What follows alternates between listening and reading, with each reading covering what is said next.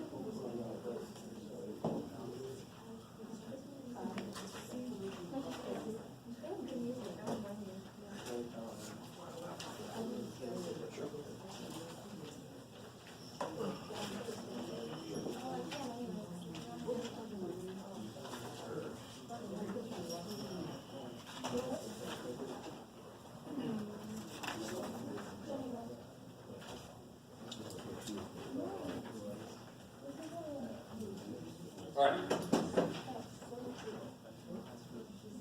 Now hopefully, we're going to do another one like this, where I'm pointing to this because you can see that we're going to use what kind of stuff here for this problem. We know the population standard deviation, so we're going to use Z-scores. Back here, this other problem, see how the sample is where the standard deviation for this problem came from? So over in this problem, when we do it eventually, we're going to have to use T-scores. None of the process changes. We just get the score by stopping instead of going all the way down. We got to get degrees of freedom, and that's where we get the benchmark score. It's either a T or a Z-score. If there's something I'm not sure about, then the evidence should be harder to show. So the T-score is going to be further out. Kind of makes sense. All right, so the first thing I want you to do is read through this and figure out what the claim is. Try to write that down there, and then I'll catch up to you.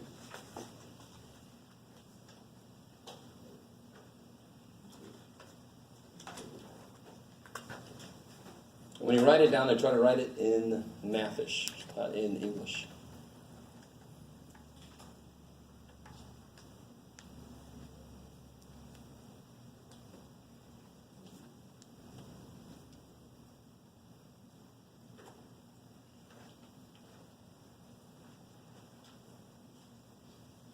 Who's got that claim? What's the claim? We only had to read the first couple sentences for it. Greater than 24.81. Yeah, we believe the average has increased. Look how I'm being all nice right now. Right now is the opposite word. Bolding that. The mean is greater than what it used to be, 24.81. Which one is that going to go in for? The high. I like it. Could be either one. If it had an equal sign in it, it would be the null, the hope. But this is definitely the high. So what's the O going to be? Yeah, the opposite of greater than. Less than or equal to. So this is the one that sets up where we can find evidence. How many tailed tests is it going to be? Yeah, greater than, so which tail is going to actually be? This one, I like it. So it's a one-tailed test. It's going to be up here because that's where the evidence would be.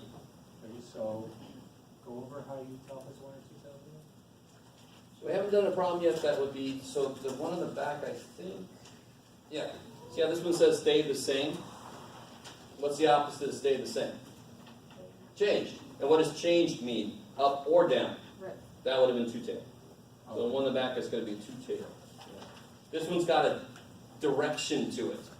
The claim has a direction to it, so that's going to be a one-tail. All right, we'll stop here for a second. So see how this connects? In order to show evidence for this, my sample has to be up here. So much bigger than this that it's evidence that that the real mean is bigger than that. Why can't it just be 24.82? Because it's coming from a sample. A sample has variation already. It's got to be so much bigger that it's evidence that it really is bigger. Not just, anything bigger. So which one of these can we use? We already said this. Yeah, Y, Z. Yeah, sigma known. And? Yeah, N is what? 264, way bigger than 30, check. So since I know the standard deviation of the population is sigma, and the sample size is big enough to make it normally distributed when I do the means, then I'm allowed to use Zscores. This guy here, this little alpha dude, the official name for him is called the level of significance. The smaller the alpha is and I pass it, that's a more significant test. That's sort of like making the time to run the football field smaller and smaller. Do it in this time. Now do it in this time. It's like, holy shit, it's a more and more significant test to pass. So what do we know? I can use Z-scores. Right? I'm using Z-scores. Alpha is 0.01, and it's a one-tail test. So it's the bottom of it. Yes.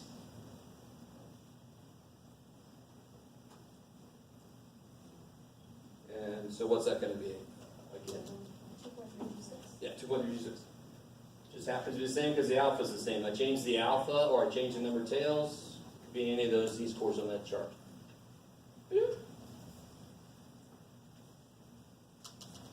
What's it going to look like in Word? This is the visual. I've got to get past there with my sample to show evidence that it is greater. So how do I say this in words then? This is how I say it in a picture. Then say it in words, maybe some interpretive dance. No. How do I say it in words? If Z star is bigger than 2.326, we can do what? Reject the hoe, because he's the guy that thinks it's down here somewhere. And we can support the high, if that's true. If it's not true, if we end up being less than that, then we fail to reject the null. We fail to support the high. We failed. We didn't make it far enough. Okay. So now we set up what far enough away is. And now I'm curious, how far did my sample get? I really want that to make sense. We set up where the evidence starts, how far away enough is, and now we're going to see where did our sample go. Did it get far enough away or not? So what do we know from the sample? We know X bar is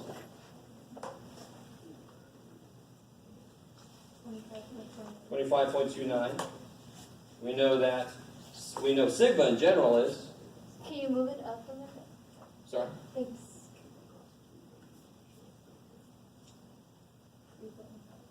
What do we know sigma is?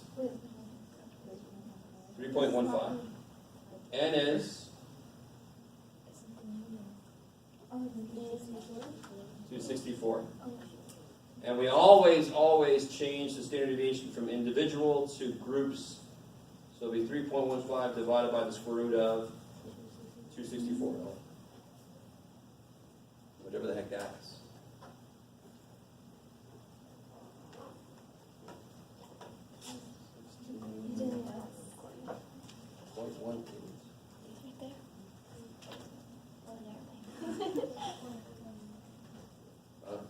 Making stuff up.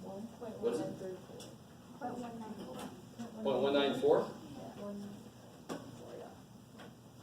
got close. And now we can make a Z-score. I mean, the nice thing is we do this a few times. We talk about the ideas behind every step, and they're always the same 5 steps. Sometimes you got to use T-scores.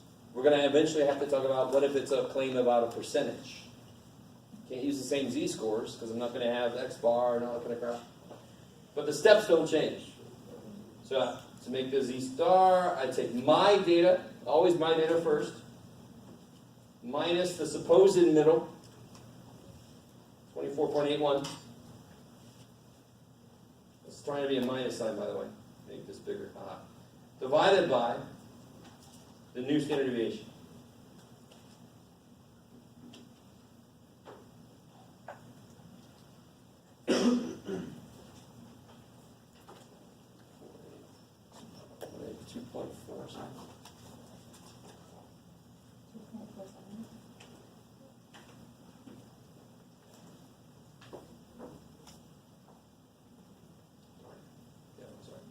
Made the back one fail. Still would fail, but it's all right. Gave it away, but did we find evidence? If you go back up here, you can do a visual for yourself. Bam, that's 2.47 is right there. I love the people that think it's less than that. A special place in my heart. A special room I wish I could put you in. That's all right. Is Z-star greater than this? Yeah. Yes. So what can we do? We can do these. What was the claim? I can reject the null. I can support the high. Which one was the claim? The high ones. It could be either one again, right? But now I know how. The one big problem students have with this is how to word the conclusion. But which one's my claim? This one. I'm going to use this language then. Screw that language. I'm going to use this language because that's what my claim was. I want to answer somebody about their claim. So what's my conclusion? We made it, so we have found. If we didn't make it, we have not found. But we made it, so we have found sufficient evidence to support the claim. And then here, you are allowed to plagiarize the hell out of this. You just go back to the thing and get the claim and write it down. Say again? Yeah, I'm going to do it in a second. So make sure you guys see we can do all of this without the p-value, but we're going to do p-value in a second. We have found sufficient evidence to support the claim that what? The average age of women when they have their first kid has increased. Woo! Try to read that. We have found sufficient evidence to support the claim that the average age of women when they have first kid has increased. I love my grammar. It's awesome. Math is my first language. English is the second. Now real quick, the p-value, I just have to find the area and the tail of the z-score. Right? So here's 2.47. What area is in there? It'll be 1 minus whatever I get for 2.47. That's first test kind of stuff. Right? Whatever you have for second test. Whatever I get for the tail, 2.47, that'll be the p-value. Right, so what do you guys get? I think I gave all my z-score. Yeah. 2.47, you get what?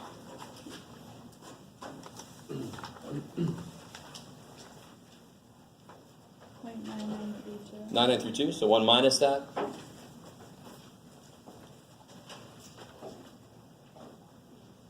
Like 0068. That's the p-value. What is the score chart on the website? I could put one there. I don't know if I did put it up there yet. I You did? What? Did I? Oh, well, I thought I was going to say it. Just email me. I can shoot it to you either. Either way.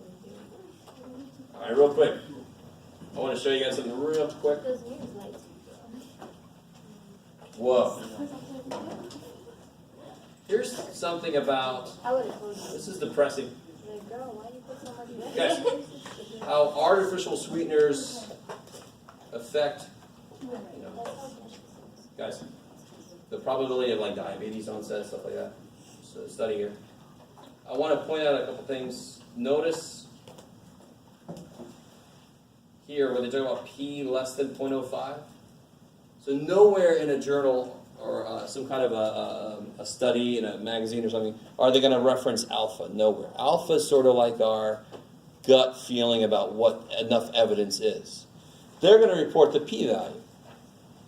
So if the probability that we're wrong is less than 0.05, they're saying that that's enough evidence to show that something's different, right? So that's basically what we've been doing. If that probability is so low, that means the mean is in a different place. So when you see this kind of thing in an article that's saying that this has been shown evidence for, decently strong evidence for this. If it was less than 0.01, they would say that, because that's even stronger evidence for it. It's a higher significance test. Here's something about people, if they think they know something about politics, that makes them even more wrong. I love it. And here's some more talking about p-values. Here's some talking about degrees of freedom. They had to do a t-test because they took samples, so they used t-scores, degrees of freedom, that kind of business. And then one last thing. This is a relationship between how good your diet is versus how much food you waste. And apparently they've discovered that the better your diet is, the more food you waste. Yeah.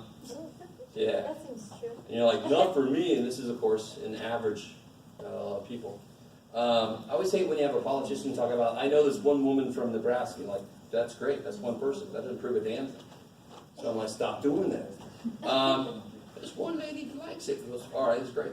Here you see confidence intervals, for example, to show you some older stuff. But you also see, where'd you go? Down here somewhere. There's peak. Look at that peak. Less than 0.001. That's really strong evidence that something they found is true, that there is a relationship between two things. That's what they're trying to show.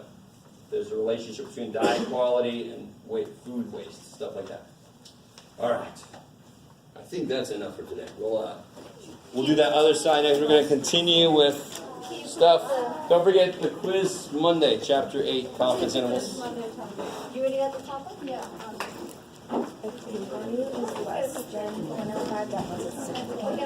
Yeah, because that's the probability that the mean is in the right place, that we just happened to get a sample that was so far away. So it's more likely that the mean is moved. We decided it's 5% is the magic thing. If it was